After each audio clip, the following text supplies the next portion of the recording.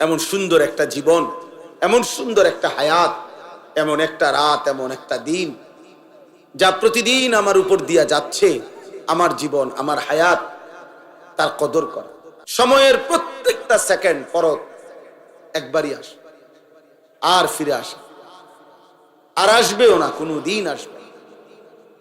যে আপনার কাজের সুবিধার্থে আপনার গত বুধবারের 5 ওয়াক্ত নামাজের টাইম আবার দেওয়া হলো, দেখেন পড়বেন কিনা, এমন হবে না।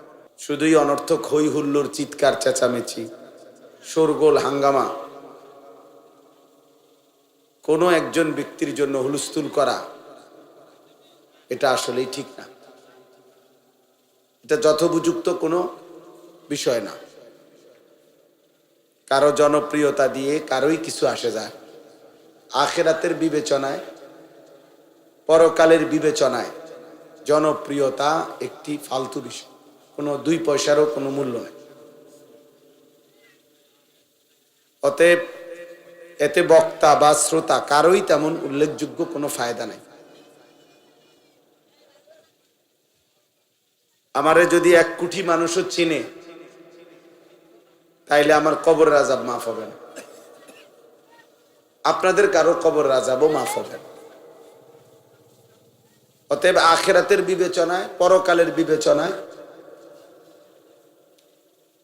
এই পরিচিতি, সুখ্যাতি, সুনাম অথবা এই জাতীয় যে কোনো কিছু, এর আসলেই কোনো ভ্যালু নেই। কোরআনুল কারীমের মধ্যে আল্লাহ তাআলা বলছেন, আল মালু ওয়াল বানুনু জিনাতুল হায়াতিদ দুনিয়া। অর্থ সম্পদ, সন্তানাদি, পরিবার পরিজন, এগুলো কেবলই দুনিয়ার সৌন্দর্য। এই দুনিয়াতেই যা একটু ভাল লাগতেছে, টাকা আছে, পয়সা আছে, ক্ষমতা আছে, ছেলে ফেলে আছে, বাড়ি বিল্ডিং দালান আছে। কিন্তু আল্লাহ তাআলা বলেন, ওয়াল বাকিয়াতুস সালিহাত খায়রুন ইনদা রাব্বিকা সাওয়াবান ওয়া খায়রুন আমালা। আল্লাহ তাআলা বলেন যে আল্লাহর নিকট যদি কোনো বিনিময় চাও, সর্বোত্তম কোনো প্রত্যাশা করে থাকো, আল্লাহর কাছ থেকে যদি কিছু পাওয়ার আশা করে থাকো, সেটা শুধুই কেবল চির বাকি থাকবে, যা আখিরাত পর্যন্ত, পরকাল পর্যন্ত, সেটা হচ্ছে আস-সালিহাত, যাবতীয় নেক আমল। যেটা আমার জন্যও জরুরি, শ্রোতাদের জন্যও জরুরি, সবার জন্যই জরুরি। আস-সালিহাত, সমস্ত নেক আমল, আল্লাহ তাআলার জিকির, আল্লাহ তাআলার ইবাদত। তাহলে এটাই হলো মূল বিষয়। আল্লাহ বলছে, ওই ছেলে, এই ছেলে, এই অপদার্থ, মোবাইল ধরে রাখছো কেন? নিজে নিজে চুল ঠিক করে মোবাইল দিয়ে। চুল তো অনেক সুন্দর তোমার, মাশাআল্লাহ। মোবাইল চালায়ও না, মোবাইল চালা। আমি এটা অটোমেটিক, আল্লাহর মেহেরবানি, আমার এটা নজরে পড়ে। মোটামুটি চোখের রেঞ্জ যে দূরে দূরে, আর এরপরে চশমাও তো আছে।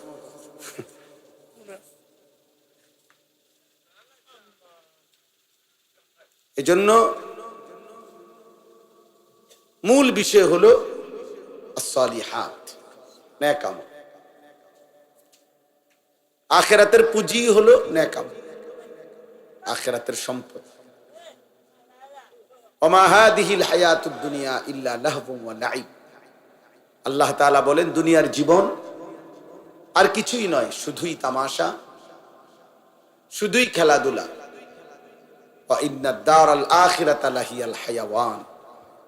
আর আখিরাতের ঘর জান্নাত, সেটাই কেবল জীবন, বেঁচে থাকা, জীবনের সার্থকতা জান্নাত।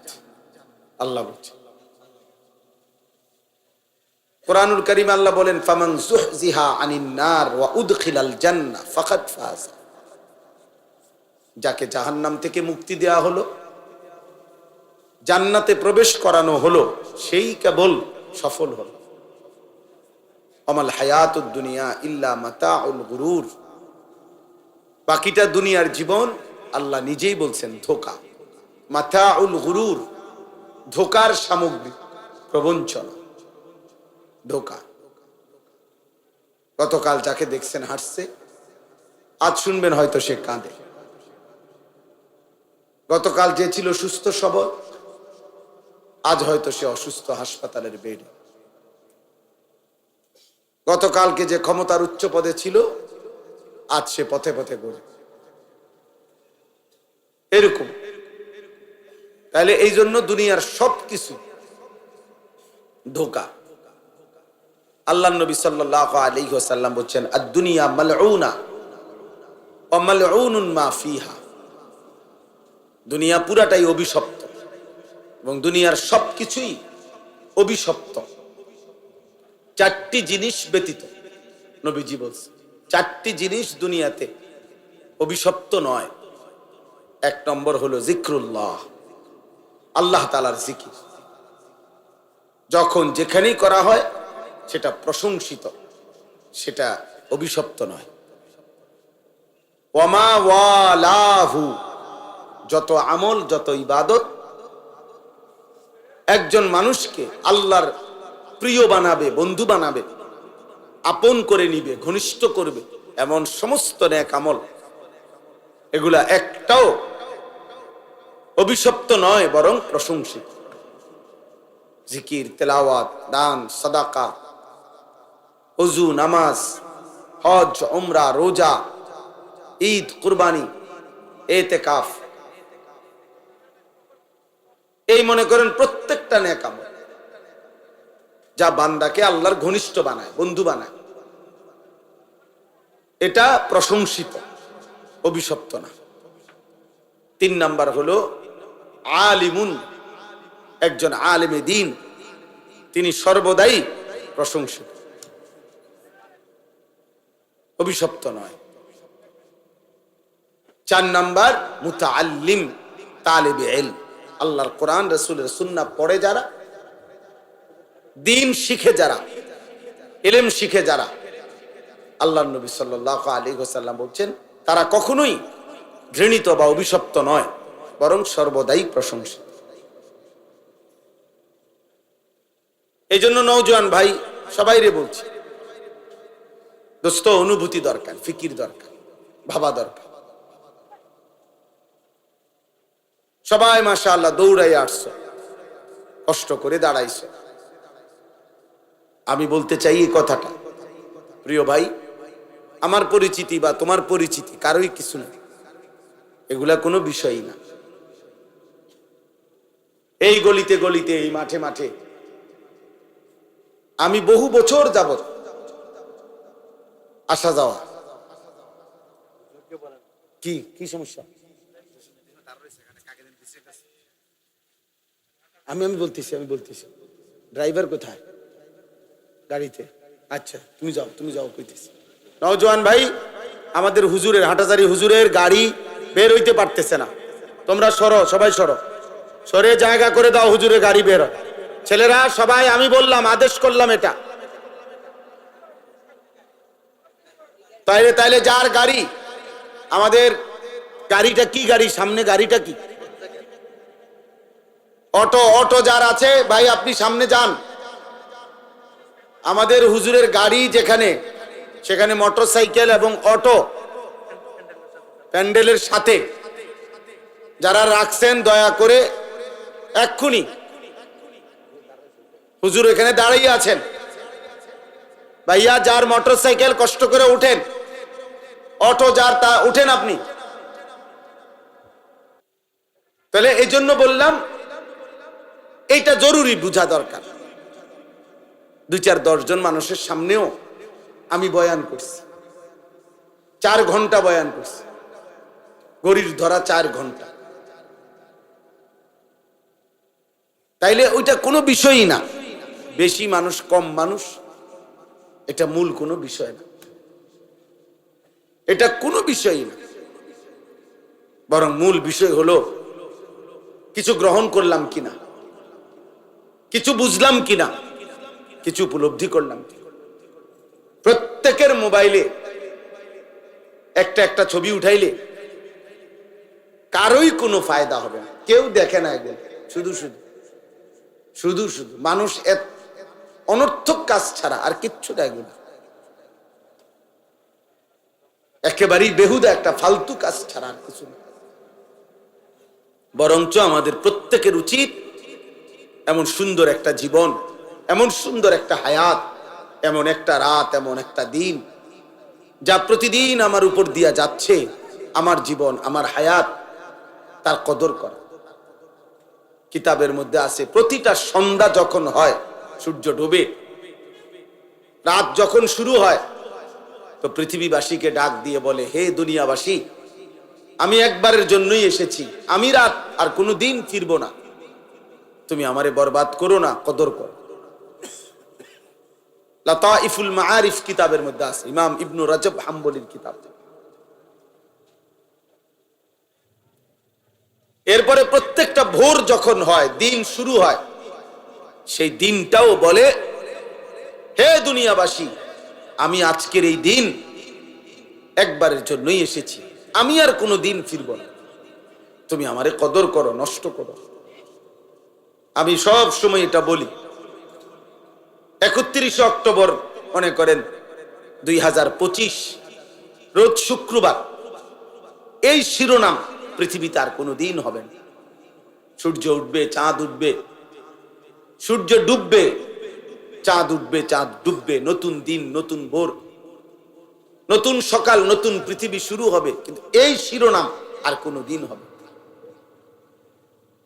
আগামী শুক্রবার আসবে, কিন্তু সেটা 31 অক্টোবর নয়। আগামী বছর আবার 31 অক্টোবর আসবে, কিন্তু সেটা 2025 নয়। তাহলে হুবহু এই শিরোনাম আর কোনো দিন আসবে। আজকের মাগরিবের ওয়াক্ত আর কোনো দিন আসবে, আজকের এশার ওয়াক্ত আর কোনো দিন আসবে। আগামীকাল তো এটা আগামীকালকের মাগরিব, আজকেরটা তো শুক্রবারের মাগরিব, আগামীকালকেরটা তো শনিবারের মাগরিব, আগামীকালকেরটা তো শনিবারের এশা। অতএব প্রতি ঘন্টা, প্রতি মিনিট, প্রতি সেকেন্ড, প্রতি মুহূর্ত, সময়ের প্রত্যেকটা সেকেন্ড পরত একবারই আসে, আর ফিরে আসে, আর আসবেও না, কোনো দিন আসবে। যে আপনার কাজের সুবিধার্থে আপনার গত বুধবারের 5 ওয়াক্ত নামাজের টাইম আবার দেওয়া হলো, দেখেন পড়বেন কিনা, এমন হবে না। এই জন্য প্রিয় ছেলেরা আমার, বাবারা আমার, ভাই আমার, বন্ধু আমার, হায়াতের কদর করে, জিন্দেগির কদর করে। নওজোয়ান সাথী, তোমার উপরে তুমি দয়া করো। এই দুনিয়া যেটুকু সামান্য খাদ্য খাবার, দুনিয়ার যেটুকু প্রয়োজন চাহিদা পূরণ হয় যার, এগুলা ইমানদারেরও পূরণ, এগুলা নামাজি বান্দারও পূরণ হয়। নামাজি বান্দারাও খায়, ঘুমায়, জরুরত পূরণ করে, স্ত্রী সন্তানের চাহিদা ওনাদেরও পূরণ হয়। খাদ্য খাবার, উপার্জন, ঘর বাড়ি, প্রয়োজন, পরিবার, খাট পালং, সোফা, ফার্নিচার কম বেশি সবারই হয়ে যায়, কিন্তু আখেরাত সবার হবে না। দুনিয়া নাফরমানের যেমন মিলে, ইমানদারেরও মিলে, প্রয়োজন পরিমাণ দুনিয়া সবাই পায়, কিন্তু আখেরাত বড় কঠিন হবে, পরকাল বড় কঠিন হবে। প্রিয় ছেলেরা, তোমরা যারা দিনের পর দিন নামাজ পড়ো না, এক ওয়াক্ত নামাজ পড়ো না, একটা সেজদা দিতে মন চায় না, যারা সারা দিন সারা রাত এই চুল, চেহারা, পোশাক, পাঞ্জাবি, শার্ট, প্যান্ট, মোবাইল, নারী, ছবি, অস্থির দৃশ্য, বন্ধুদের আড্ডা, খেলতামাশা, মোটরসাইকেলের ঘোরাগাড়ি, অসৎ বন্ধুদের আড্ডায় নারীর কথা, অস্থির কথা, জিনা ব্যভিচারের নোংরা কথা, মদ, জুয়া, এই সমস্ত জঘন্য অশ্লীলতার, বেহায়াপনা, অসভ্যতার মধ্যে যারা আছো ভাই, তারা নিঃসন্দেহে মনে রাখতে হবে, এই আচরণ শয়তানের আচরণ, এই আচরণ রাজিম, অভিশপ্ত, মারদুদ, বিতাড়িত শয়তানের আচরণ। আমি আজকে জুমার বয়ানে বলছি, তাফসিরের মধ্যে আছে শয়তান মানে কি, শিন তা নুন, শয়তান লিখতে মূল অক্ষর, এর অর্থ হইল যে সর্বদা, প্রতি মুহূর্তে হক থেকে, সত্য সঠিক বিষয় থেকে দূরে থাকে, তাকে বলে শয়তান। শয়তান এমন, যার প্রতি সেকেন্ড কাটে কিভাবে সে আল্লাহর বান্দাদেরকে এবং নিজেকেও হক থেকে, সত্য সঠিক মহান আল্লাহর এক এক হুকুম থেকে কিভাবে আল্লাহর বান্দাদেরকে দূরে সরাবে, এই ফিকিরে, এই চেষ্টায় যার প্রতি সেকেন্ড ব্যয় হয়, প্রতি মুহূর্ত ব্যয় হয়। আশ-শাইতানু ইয়াইদুকুমুল ফাকরা ওয়া ইয়া'মুরুকুম বিস-সু'i ওয়াল ফাহশা। আল্লাহ বলছে শয়তান তোমাদেরকে প্রতিনিয়ত অভাবের ভয় দেখায়, আর 24 ঘন্টা সে তোমাদেরকে অশ্লীলতা, গুনাহ, বেহায়াপনার, অসভ্যতার আদেশ করতে থাকে, আদেশ করতে থাকে। আল্লাহ বলেন ওয়ামান ইয়াত্তাবি' খুতুওয়াতিশ শাইতান ফাইন্নাহু ইয়া'মুরু বিল ফাহশা'i ওয়াস-সু। যে শয়তানের পথ অনুসরণ করে, শয়তান তাকে সারাক্ষণ অশ্লীলতা, নারীকে কেন্দ্র করে গুনাহ করতে আদেশ করে এবং অন্যান্য অপরাধগুলোও করতে আদেশ করে। এই কারণে শয়তানের সিফাত, বৈশিষ্ট্য যে শয়তান সারাক্ষণ হক থেকে দূরে থাকে, অন্যকেও দূরে রাখতে চেষ্টা করে। অতএব দিবা রাত্রি তোমরা যেই সমস্ত নাফরমান ছেলে সারা দিনে, দিনের পর দিন, সপ্তাহের পর সপ্তাহ এক ওয়াক্ত নামাজ পড়ো না, নিজেও না, আর সাথের বন্ধুদেরকে যারা গুনার মধ্যে ডুবাইয়া রাখছো, নারী, ছবি, অশ্লীল, উলঙ্গ, অসভ্য কথা ছাড়া যাদের মুখ দিয়ে আর কিছু বের হয় না, যাদের হৃদয়ে আর কিছু ভাবে না, এই আখলাক, এই চরিত্র নিঃসন্দেহে শয়তানের চরিত্র ছাড়া আর কারো মানুষের চরিত্র নয়। শয়তান যদি দেখতে মন চায়, তোমারে দেখলেই চলবে, তোমার উপরে সওয়ার করে আছে শয়তান। শয়তান তোমার উপরে সওয়ার করে আছে। নাহলে মুসলমানের বাচ্চা, মুসলমানের ঘরে জন্ম নিয়ে বেটা, এক ওয়াক্ত নামাজ পড়তে মন চায় না, তুই মানুষের বাচ্চা বেটা, মানুষের বাচ্চা তুই বেটা, নাফরমান কোথাকার। এত নিকৃষ্ট কিভাবে মানুষ হয়? একটা সেজদাও দিবে না, এক ওয়াক্ত নামাজও পড়বে না, মুসলমানের ঘরে এত বড় জানোয়ার জন্ম নেয়। আরে বাপ রে বাপ, এটা কি মানুষ? ওরে তো পোস্টমর্টেম রিপোর্ট করা দরকার, ওরে দেখা দরকার। এটা শয়তানের আখলাক। 2 নাম্বার শয়তানের বৈশিষ্ট্য হলো রাজিম। রাজিম মারদুদ, অভিশপ্ত, বিতাড়িত। বিতাড়িত কেমন বিতাড়িত? ছেলেরা বুঝবা, তুমিও বুঝবা। ইসলামী শরীয়তে কোন বিবাহিত পুরুষ এবং নারী যদি জিনা করে, যেটাকে আমাদের সমাজে পরকীয়া বলে, মানে জিনা যদি করে, বিবাহিত পুরুষ কোন অন্য নিজের স্ত্রীকে বাদ দিয়ে অন্য মহিলার সাথে জিনা করে, বিবাহিত মহিলা যদি নিজের স্বামীকে বাদ দিয়ে অন্য পুরুষের সাথে জিনা করে, এই পাপের শাস্তি হলো রজম, পাথর মারা। পাথর, এটারে আরবিতে কোরআনের ভাষায় বলে, ইসলামের ভাষায় বলে রজম, পাথর মারা। আল্লাহর বিধান, তারে পাথর মারতে মারতে হত্যা করো। এই জন্য রাজিম বলা হয় এমন মারদুদ যে পাথর মারার উপযুক্ত। এই জন্য প্রত্যেক বছর হজ্জের সফরে 3 দিন লাগাতার হাজী সাহেবরা মিনায় এই শয়তানকে পাথর মারে। মানে বুঝাইতে চায় তুই তো রাজিম, অভিশপ্ত, পাথর মারার উপযুক্ত, পাথর মারার উপযুক্ত। এই জন্য শয়তানের আখলাক, শয়তানের প্রথম আখলাক মনে রাখবা বাবা, তোমার আখলাক কি শয়তানের না ফেরেশতার, এটা বুঝার প্রথম চিহ্ন হইল শয়তানের প্রথম গুনাহ কি করাইতে চায় সেটা হলো নারীকে কেন্দ্র করে জিনা, ব্যভিচার এবং তার সাথে প্রাসঙ্গিক হারাম নারীর চাহিদা, অশ্লীল, এটা শয়তানের প্রথম কুমন্ত্রণা, শয়তানের প্রথম চেষ্টা, শয়তানের প্রথম মন্ত্রণা, শয়তানের প্রথম গুনাহের চেষ্টা। নারীর ফাঁদে আটকায় দেওয়া, নারীর লোভে ফেলে দেওয়া, নারীর নেশায় ডুবায় দেওয়া। নাইলে একটা ছেলে যদি মানুষের বাচ্চা হও, এক পবিত্র মা তোমাদেরকে 2 বছর দুধ পান করাইছে, 16 বছর বয়স মাত্র, এত কম বয়সে এত নারী দেখো কেন? অসভ্য কোথাকার। এত মাত্র 20 বছর হয় নাই, এত ছবি, সারা রাত নারী ছবি, উলঙ্গ দৃশ্য যে দেখো, এই হাইওয়ান, এটা কোনো মানুষের আখলাক?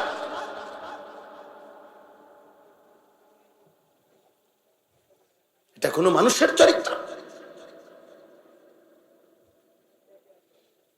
এত কম বয়সে এত নারী দরকার, এত অল্প বয়সে এত মহিলা দরকার, তোমার এত নারী দরকার? হাইওয়ান, এত পশুর চরিত্র, এত পশুর চরিত্র। প্রকাশ্য দিবালোকে চলতে ফিরতে, উঠতে বসতে, যেই কোনো যত্র তত্র, যেখানে সেখানে, বন্ধুদের আড্ডায়, যেই কোনোখানে যে নারী দেখো, ছবি দেখো, অশ্লীল দৃশ্য দেখো, যত্র তত্র এই হারাম নারীর চাহিদা, এই অশ্লীলতা, এটা তো কুকুরের স্বভাব। কুকুর তো যত্র তত্র রাস্তায়, পুরুষ কুকুর আর নারী কুকুর জিনা করে, এ তো কুকুরের স্বভাব। তো ইনসানের আখলাক হইতে পারে না। একজন মায়ের পবিত্র দুধ এভাবে ভুলে গেলা, যে মা 2 বছর দুধ পান করাইলেন। এক মায়ের 9 মাসের গর্ভ এভাবে ভুলে গেলা। এত বড় সৃষ্টিকর্তা মহান আল্লাহকে এভাবে ভুলে গেলেন। এমন রবকে ভুলা যায়? এমন মালিককে কেমনে ভুলে মানুষ? এমন রবকে কেমনে সেজদা না দিয়ে পারে? যে রব আমার 24 ঘন্টা আমার অজান্তে, আমি জানিও না আমার কি জরুরত, আমার সে মালিক আমার সকল প্রয়োজন প্রতি মুহূর্তে যিনি পালন করছেন, আমার কাছে পৌঁছিয়ে দিচ্ছেন। এমন রবের নাফরমানি কিভাবে? তাফসীরের মধ্যে আছে, রব কাকে বলে? রব বলে ওই সত্তাকে যিনি কোনো বস্তুকে, কোনো জিনিসকে, কোনো কিছুকে তার একেবারে প্রথম অস্তিত্বের প্রথম মুহূর্ত থেকে নিয়ে চূড়ান্ত শেষ পর্যন্ত ধীরে ধীরে সে বলুক বা না বলুক, জানুক বা না জানুক, বুঝুক বা না বুঝুক, তার সকল প্রয়োজন যথা সময়ে যিনি নিজ ইচ্ছায় পৌঁছাচ্ছেন, দিয়ে দিচ্ছেন, ব্যবস্থা করছেন, এমন সত্তা, এমন মালিককে বলে রব। আর সেটা একমাত্র করছে আল্লাহ। এমন রবকে ভুলা যায়? এমন মালিককে সেজদা না দেয় মানুষ?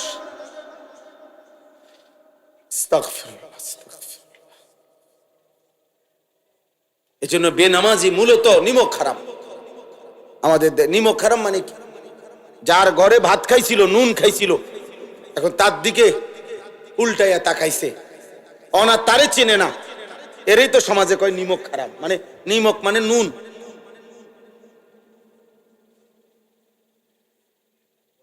এজন্য বেনামাজি নিমক হারাম, অকৃতজ্ঞ। আল্লাহ যেন বলতেছে, বান্দা এই মাত্র 1 প্লেট ভাত, এতগুলো তরকারি দিয়ে আমি তোরে খাওয়াইয়া পেট ভরাইলাম, তুই নাফরমান আমারে একটা সেজদা দিলি না। 8 ঘন্টা ঘুম পাড়াইয়া আমি তোকে এই মাত্র ঘুম থেকে জাগাইলাম, তুমি আমারে একটা সেজদা দিলা না। এত অকৃতজ্ঞ মানুষ হয়? এত যত্ন করে আমি বানাইলাম,